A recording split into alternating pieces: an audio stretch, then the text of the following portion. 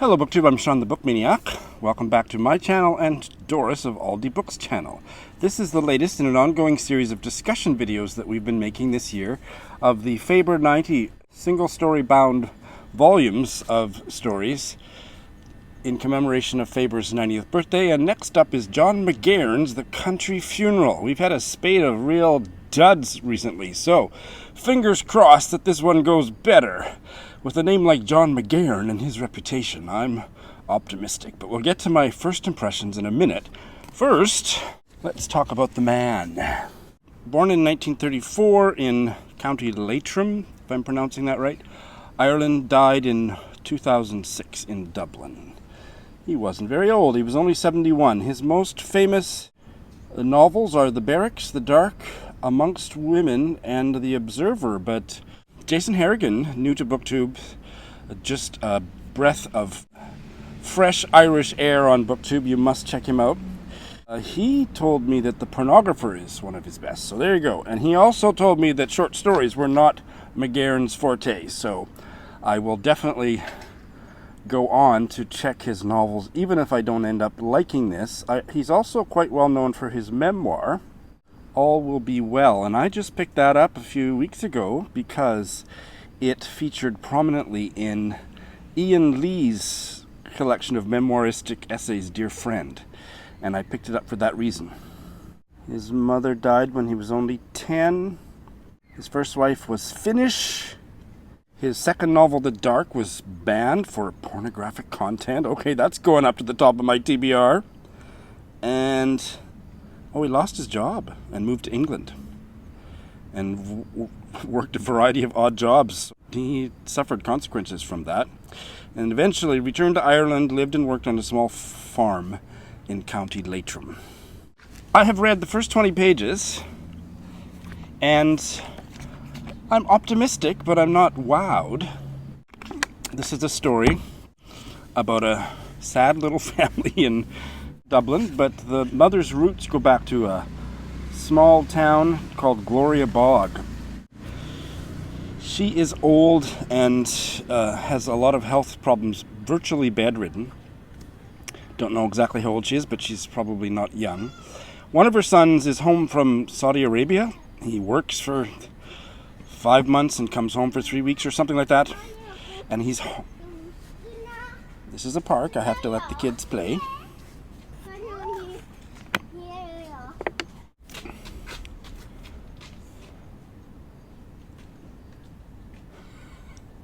That son doesn't sound like he's very, I'm not endeared to him. He is a bit of a sad sack himself. He has moments where he seems like he might be nice, but other times where I don't really like him.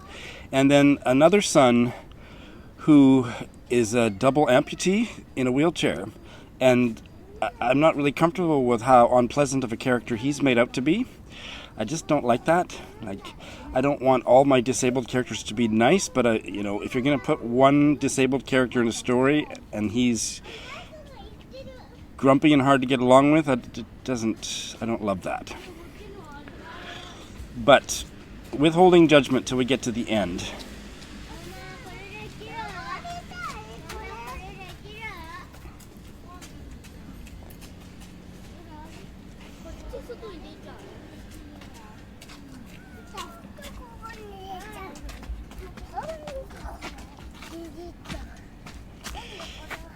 This was not a great idea. I thought this would be the one place around my neighborhood that would be kind of quiet because I didn't think anybody knew about it.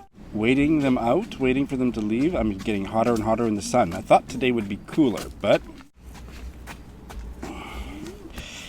their uncle dies back in their mother's hometown, and they have very unpleasant childhood memories of this uncle who they haven't seen for 20 years because he became such a curmudgeon and such a bastard that they just stopped visiting. But they have big memories of their childhood spending their summer holidays, more than 2 months every summer with him, and he was so mean to them. And he has died. Their mother, his sister, is not well enough to go, but they go, and there's a third son that we didn't even hear mentioned until they picked him up to go to the funeral in a rented Mercedes. And The story ends, they're reminiscing about him, and it sounds like there was some nuance to his character, but so far, this is a story about a poor old woman that didn't have a happy life, and 3 men. I haven't got a sense of the youngest son, John, yet, but 3 men that are kind of not very nice or not very pleasant to read about. So I'm not really sure. I'm curious about the mystery. I think there's some secrets that are about to be revealed, Doris, and if those secrets kind of add some nuance or some give me an insight into why these men are kind of all people I wouldn't want to have a beer with, that might be a successful story. But based on the rotten luck we've been having recently, I'm really pushing myself to stay optimistic, but we shall see. Now, there's some interesting Irish slang or Irish words here that I didn't know. And there was this one reference, and that made me curious because it was the first reference to this recently deceased uncle having a wife when they're driving down to the funeral. And the one son says, herself, that's the aunt, herself and mother never pulled. Well, in context, I could figure out that meant they never got along. I guess. Jason, help me out here. But my favorite sentence in this story is the son home from Saudi Arabia. His name is Philly. He is so bored that he just goes to the pub every day, like after lunch or something. And when he sits down, the bartender offers him the paper, and Philly says, "Are you sure you're finished with it?" I wish I could do that in an Irish brogue. The bartender says, "I've the complete arse read out of it since the morning." I love that. So, other than that, the writing is just fine, nothing special.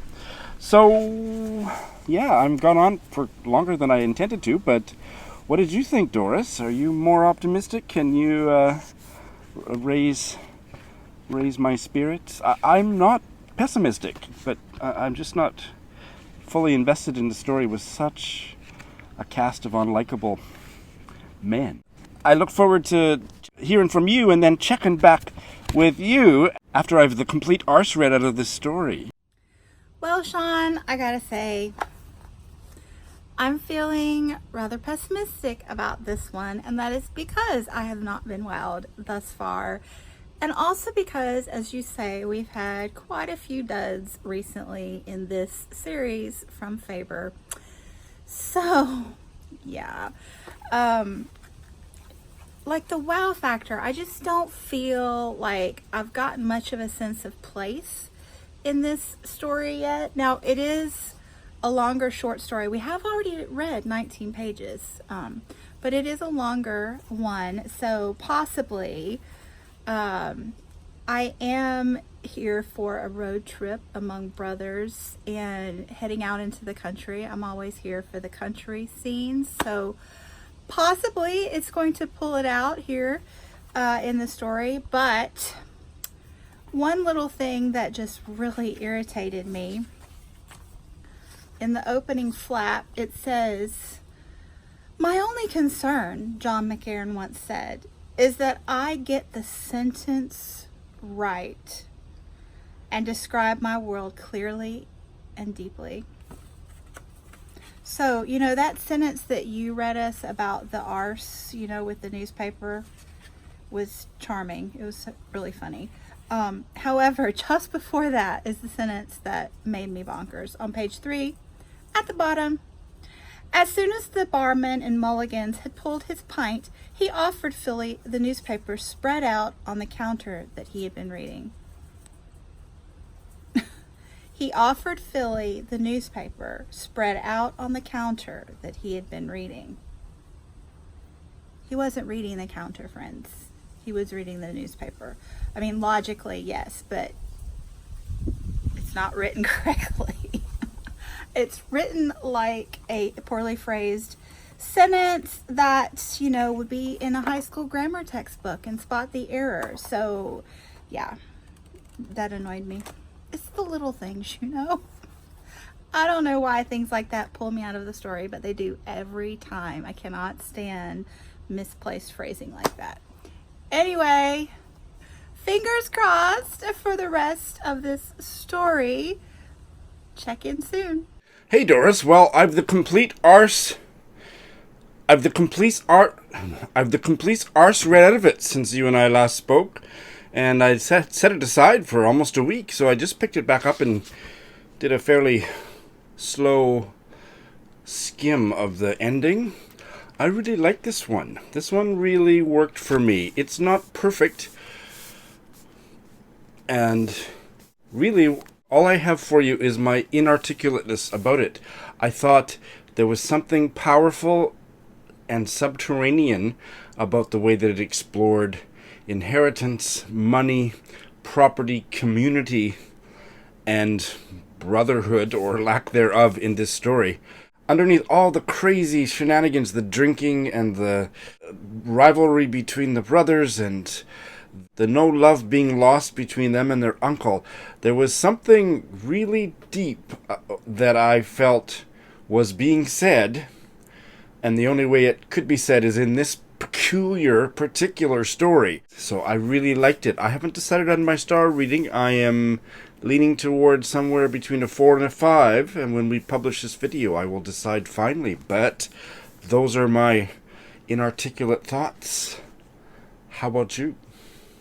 Hey Shawn, so I guess it's been a couple weeks since I finished this book, and I tried to do the slow skim method as you did, but the honest truth is I'm just not interested. So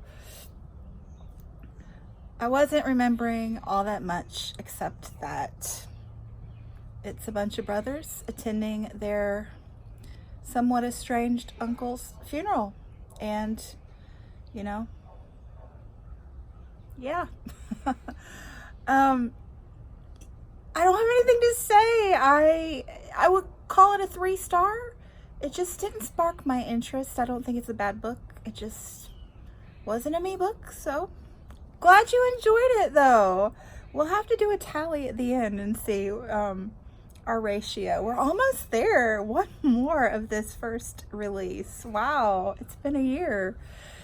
Anyway, thanks so much for watching, everyone, and we'll be back again soon. Bye.